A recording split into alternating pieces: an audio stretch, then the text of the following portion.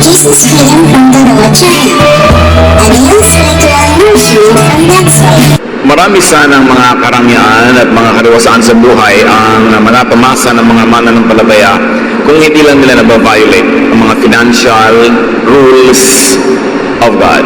Marami sana mga pagkakataon na mas umaasenso ang buhay, mas lumuluwag, if only people would be sensitive to the financial sensibilities taught in the Bible.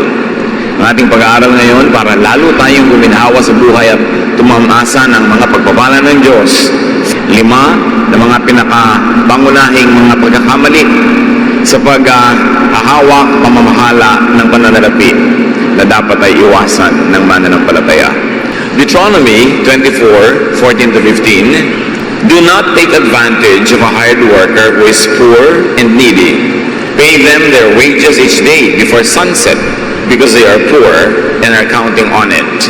Otherwise, they may cry to the Lord against you, and you will be guilty of sin. So obviously, ang unang kinakausap dito, ang pangunahin ay yung mga employers, mga may kaya sa buhay, may mga manggagawa na pinasusweldohan. At sinabi, huwag pagsasamantalahan ang pangangailangan ng mga mahihirap, at kung sila ay arawan na nagtatrabaho, kailangan paglubog ng araw, pagkatapos ng isang maghapong pagtatrabaho, sila ay bayaran na. Baka daw sila ay dumaing sa Panginoong Diyos kung sila ay pinatatagalan pa ang kanilang mga sweldo at sila ay dinggin ng Diyos at ang nagmamalupit sa kanila ay makatanggap ng parusa. So as we talk about 5 financial sins and mistakes, one is underpaying workers. Hindi pagbabayad ng sapat, ng tama, patuloy na pagsasamantala sa mga nangangailangan at patuloy na pagdidiin sa kanila sa kahirapan. And then, next to that is delaying payment of workers. Kaya nga nagtatrabaho yung mga tao kasi kailangan nila yung kikitain. Hindi na dapat tagalan pa, pananagutan ng mga employers, ng sino man na namumuhunan o nangangailangan ng hard labor na magbayad sa oras at ng kompleto. At kung maaari ay sobrahan pa sa hinihingi ng batas o sa usapan, lalo't kayang-kaya naman noong nagbabayad. Na sa pag-asenso ng namumuhunan, sa pag-asenso nitong employer, kasabay na umaasenso ang mga manggagawa. James 5:4-5. Look, the wages you failed to pay the workers who mowed your fields are crying out against you. The cries of the harvesters have reached the ears of the Lord Almighty. You have lived on earth in luxury and self-indulgence. You have fattened yourselves in the day of slaughter. Tinutuos ng langit, dinidinig ng langit ang lahat ng daing ng mga kawawang manggagawa na ginigipit ng kanilang mga employers. Nakararating sa tainga ng Diyos ang kanilang mga pagdaing. At yun daw sobrang nagpapasasa sa buhay ay parang pinatataba lang nila ang kanilang mga sarili para mga hayop na pinatataba para sa araw ng pagkakatay. May araw ng pagtutuos at ang lahat ng mga excess fat that came from the blood of the poor workers and wage earners will be accounted for. Delaying payment of workers intentionally for selfish convenience or gain or for more profit, that is hated by God. Napakalambot ng puso ng Panginoon sa mga manggagawa at mga kapuspalad. Kaya kinakailangan na sino man na pinagpapala ng Diyos na umangat sa buhay at siya na ngayon itong employer ay maging mapagkalinga. Even in the much ballyhooed economic progress of our country, so many of our countrymen and countrywomen are not becoming participants or recipients of the bonanza because only the capitalists are making so much money and the laborers are really paid very, very measly. Masyadong konti ang sweldo. Kahit anong gawin mo, hindi mapagkasya ng mga taong kanilang trabaho. Napakaganda na yung mga corporate groups, sila na mismo ang magkusa to share profits with their workers. Kailangan po natin maghintay na mag-alsa, magkaroon ng himagsika ng mga nagugutom para magising ang mga sobrang mayayaman naman. You will read this in the newspapers. Tens of billions, many tens and tens of billions sa mga net profit nila the past year. Pagkatapos pag tinignan mo yung mga pasweldo sa mga manggagawa, sobrang maliit. Sobrang top-heavy ang ating mga kumpanya.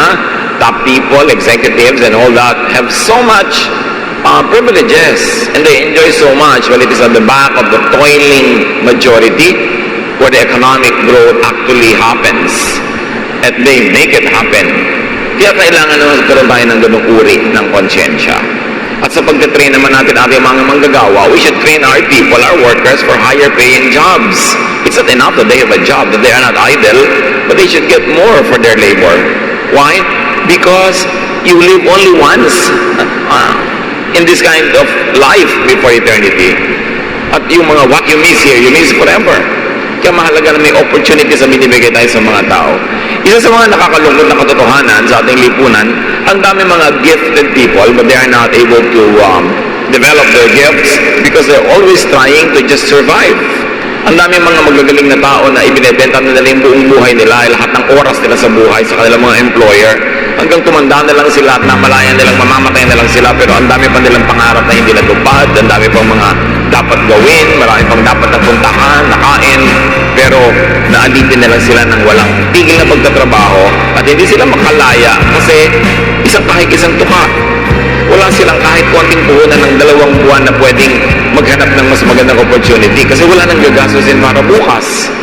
At yun ay nakakahiya sa Diyos, lalong-lalo sa isang bansa na sinasabi mo na maraming asenso, umaasenso ang lahat, tapos maraming taong sobrang naiiwan.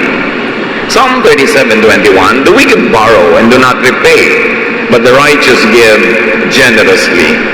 Again, another offense to the sensibilities of God is borrowing and not paying on time, fully, and with interest. Jewish lenders were forbidden to charge interest to their people, but the borrowers were not forbidden to voluntarily pay interests. Ang pinagbabawalan lang naman ay nagsasamantala ka sa pangangailangan ng nagigipit, hindi ka daw dapat nagpapataw ng interest sa ganung mga pautang. Pero hindi naman tinitigil yung nangutang, lalo't namuhon na naman siya, kumita naman siya, umasento siya, hindi naman siya pinipigil na magkusang magbigay ng interest sa nagpautang sa kanya. Gawin natin mga kapatid, practice, kung sakasakaling kinakailangan umutang sa kapwa, at least pag isinoli mo, bigyan mo naman ng interest. Kasi yung hiniram mo, kung nasa bangko, kikita man lang yun kahit 2%, kahit 1.5%. Pero ang tagal-tagal na nasa iyo ang pera niya, isusoli mo, hiniram mo nung 5 years ago, 5,000, ibibigay mo na ngayon 5,000. Baka ang value na lang doon, mga 4,700, 4,500. Masyadong lugi yung nagpahiram. Bukod sa ang haba ng panahon na ninervyos siya kung mababayaran ba o hindi. Kaya mo bang bayaran yung nervyos niya? Kaya mo bang bayaran yung pagsisihan na mag-asawa na? Ba't ba kasi pinautang mo yung pinsan mo? Ayan tuloy, wala tayong pera, hindi tayo makasingil.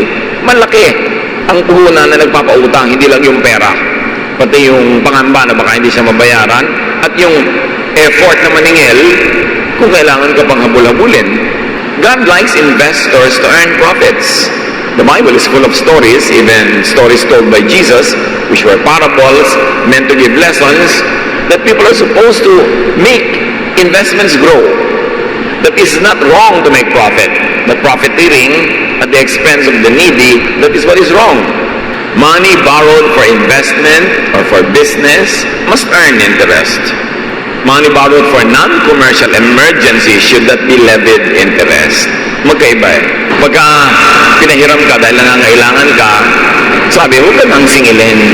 Lalo, patuloy ka pa rin nagigipit. Pero, kung ipinahiram sa iyo, pinuhunan mo, nagamit mo para kumita ka, magkaroon ka ng trabaho, dapat magbigay ka ng interest. It is noteworthy that there's a lot of teachings in the Bible, both in the New and the Old Testaments, about how to handle money. You would say, and many people would think, that spirituality is concerned only with what is beyond eternity and not in this material world. But yes, the Bible is full of teachings about how to manage financial resources. James 2:15-16, suppose a brother or a sister is without clothes and daily food. If one of you says to them, go in peace, keep warm and well fed, but does nothing about their physical needs, what good is it? Isa na namang napakalaking katuruan nito. May tumataing sa'yo, may nahihirapan. Tapos, sige, pagpe-pray kita, pagpalaing karuan ng Diyos, nawa, bumuti ang kalagayan mo. Tapos wala ka man lang inabot, pinahiram, ibinigay, na kaya mo naman, isang malaking offense yun sa kabaitan ng Diyos. Not giving to the needy brother or sister when one had the capacity to help is an offense.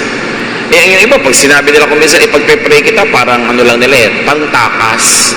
Para makaiwas sa pananagutan na may gawin pa silang mas practical, ang sasabihin nilang, I will pray for you. Why pray for people when you can already give them what they need? So don't use prayer as a means to escape from responsibility, especially when you are able to answer for their needs or to give what they want. Napakahalaga mga kapatid, reviewin natin ito kasi kung minsan, pag hindi natin laging nire-review, nagagawa na pala natin, hindi na lang natin napapansin. Sabi ng matatanda, ang paalala ay gamot sa taong nakakalimot. Proverbs 14:14, you harvest what you plant, whether good or bad. Which brings us to a very, very universal and powerful and changing truth. Not planting good seeds of generosity and kindness is offensive to God. Planting bad seeds of selfishness, deviousness, and cleverness are all alike. Kailangan nagtatanim tayo ng mabuti. This is the sin of omission. To steal from the poor is a sin of commission, but not to give to the needy, not to plant good seeds of generosity and kindness is a sin of omission. Dalawang paraan naman tayo para magkasala. May ginagawa kang mali o may dapat kang ginagawang tama tapos hindi mo ginagawa. Stealing from, cheating and underpaying planters and farmers, investors, workers, and buyers are all offensive.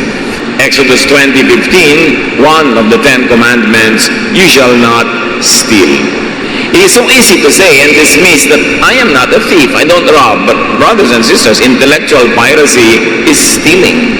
Many people could be very guilty of this without being aware. Producing, selling, or buying pirated and imitation products are acts of stealing. When you enjoy the prestige of a brand splashed all over your bag, and that bag is an imitation, that is a stolen glory.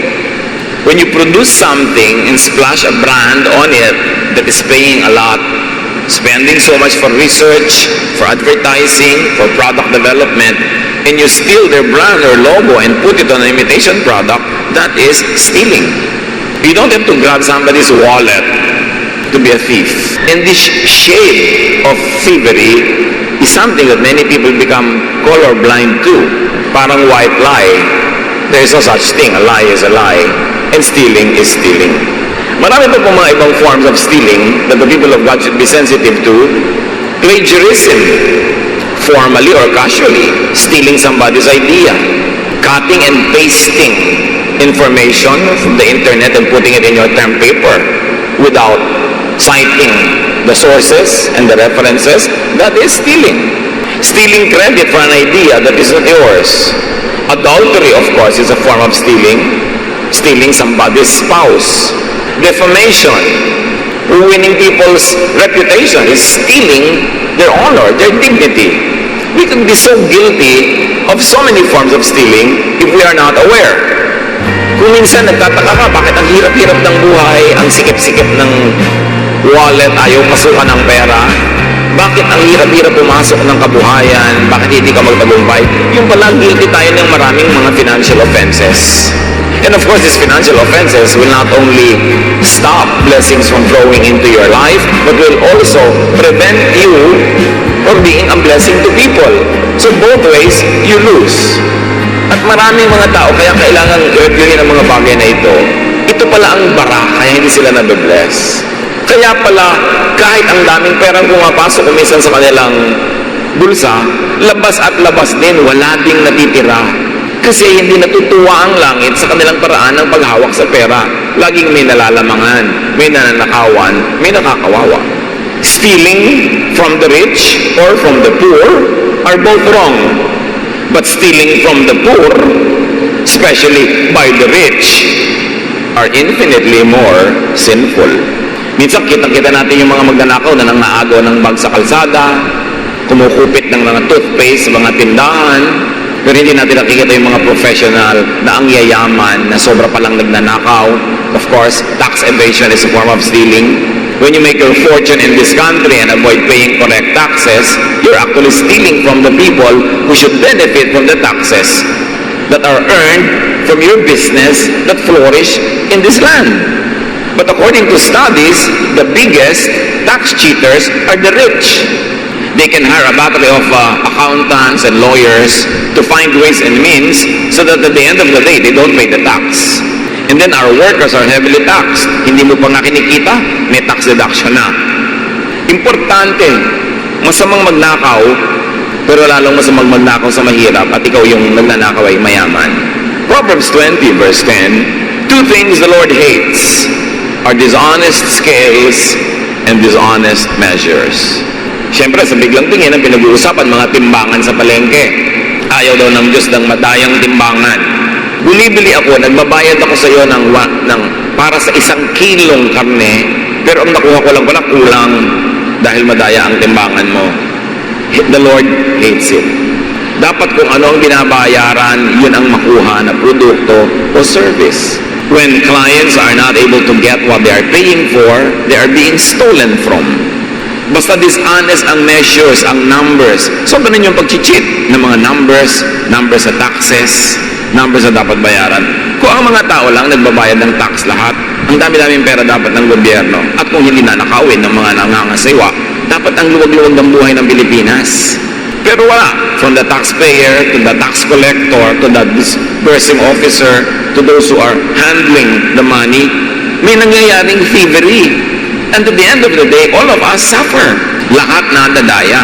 Kaya kailangan maingat. Maingat ka sa pagbabayad ng mga dapat bayaran. Commercial and numerical cheating, not giving in full what buyers pay for or deserve, is sinful and hated by God. Yung nandadaya sa mga bilang, sa timbang, sa quality.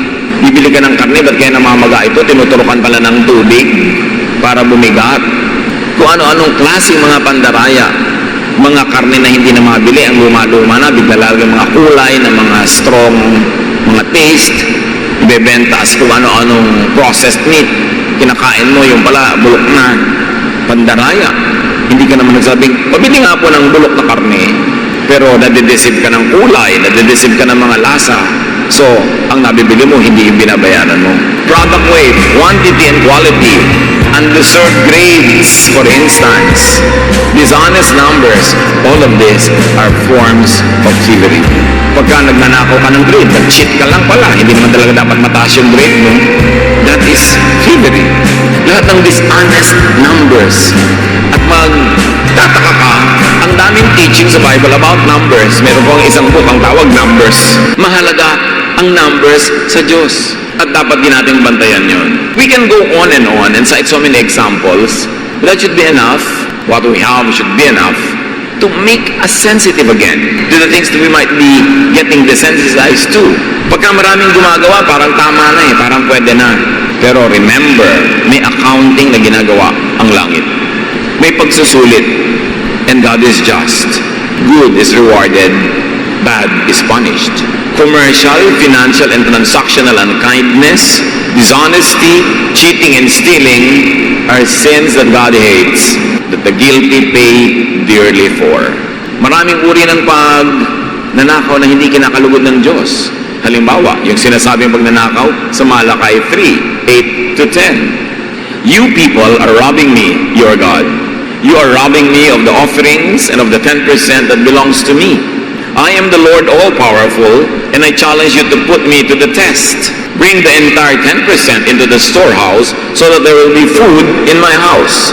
Then I will open the windows of heaven and flood you with blessing after blessing. This kind of teaching sometimes shows very emotional reactions to people, especially to those who don't want to obey it. Pero Malachi 3:10 is as biblical as John 3:16, and both must be taught powerfully and clearly for the sake of those who should know it and for the sake of those who will benefit in obeying it. Napakahalaga na hindi mo ninanakawan ng kapwa-tao at lalo namang ang Diyos. At sabi niya, alam niyo, ninanakawan niyo ako Huwag na kayo magtanong-tanong pa, magmaang-maangan kung paano niyo ako ninanakawan. Sabi, pagka hindi kayo matapat sa inyong ikapo, ninanakawan niyo ako. Ba't di niyo ako subukan? Sabi ng Diyos. Natatakot kang matalo, natatakot kang malugi. Ba't di niyo ako subukan? Maging matapat kayo, at kung hindi ko patunayan sa inyo na pababakain ko ang pagpapala sa inyong buhay.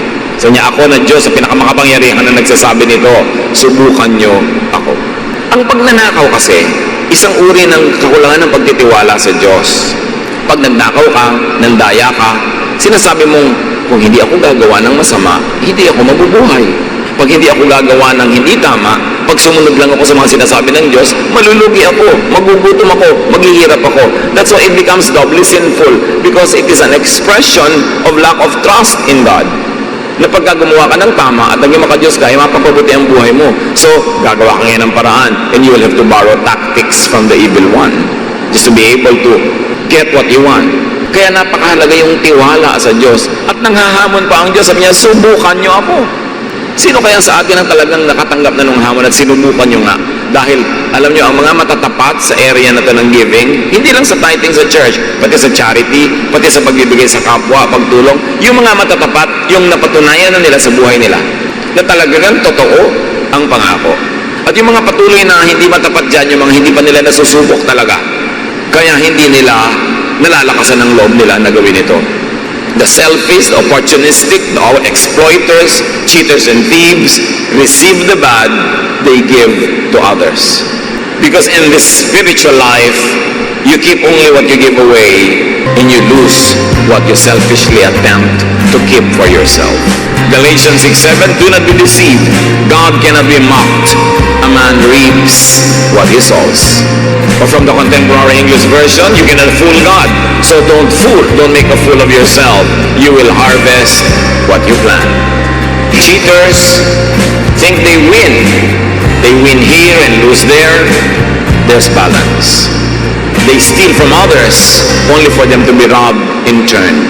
Dahil may balance. The entire universe runs in balance. Lahat ng negative number may katapat na positive number. Everything is balanced. Kaya pag may ninakaw ka, may mananakaw sa'yo. Pag may ibinigay ka, may matatanggap ka. This is the secret of how to live under God's prosperous, unchanging laws. Bawat panlalamang sa kapwa ay may katapat na paniningil mula sa langit. Baka hindi natin namamalaya, nakakapanglamang na pala tayo. We should restitute, we should pay, and with interest. The selfish, the opportunistic miss God's delight, favor, and blessing. Sa Proverbs 11:25, sabi diyan, a generous person will prosper. Whoever refreshes others will be refreshed. Ang taong palabigay ay mag-aani ng marami. Sasagana ang kanyang buhay. Sino man ang tumutulong sa kapwa ay tutulungan din. Luke 6:38, give, and it will be given to you. A good measure, pressed down, shaken together, and running over will be poured into your lap. For with the measure you use, it will be measured to you. Pag lagi kang kuripot, ayaw mo nang kumita ang kapwa mo tao na nagnenegosyo, nagtitinda, sa palagay mo aasenso ka doon, pagkukuriputan ka rin ng langit. Kung may pinagkakaitan ka, meron din magkakait sa'yo. Pag may binibigyan ka, merong magbibigay sa'yo. At hindi man tao ang magsukli sa'yo noon, hindi ba yun alam ng Diyos? Sabi niya, I am God all-powerful. I know how to repay. Matthew 25:45, He will reply, truly I tell you, whatever you did not do for one of the least of this, you did not do for me. And this is a conversation from the story of Jesus about God in heaven telling people, oh, you are going to enjoy eternity with me because you have been so good to me. And people said, we never did anything good to you. And He will say, whatever good you do to others, I count it as having been done to me. Kung ano man ang ginawa mong masama sa kapwa, ako na rin ang maninigal sa iyo. Aariin ko rin na sa akin mo ginawa. The selfish, the opportunistic feel like winners, but blissfully unaware of how much they really lose. Suriin natin ating mga sarili, mga kapatid. Identify, beware of, and avoid, and stop financial sins and mistakes. Because that could be the very big impediment to your own progress. To blessings that are supposed to be received by you, but you never get because we block the way of blessing. At kung kayo naman yung biktima ng mga panglalamang, pagdanakaw ng kapwa, we must be innocent as doves, but wise as serpents. Do not permit yourself to become victimized all the time. Hindi ibig sabihin ng godliness, tanggapin mo na lang ang pambibiktima at pagsasamantala sa iyo ng kapwa. You must speak up for your rights. You must speak up for what you have already earned. Kung hindi ka binabayaran, kailangan maningil ka. Kung nagpautang ka, hindi nakakahiyang maningil, lalo kinakalimutan niya ang kanyang singil. Kung isa kasi sa sobrang bait natin, nagpapaapi na tayo. Remember, be innocent as doves, but be wise as serpents. Huwag naman yung sadyain na nadadaya na kayo, hindi pa kayo kumikimbo. Huwag niyo namang sadyain na halos pumayag kayo na apihin at kawawain at hindi mabayaran sa mga dapat sana ay babayaran tayo.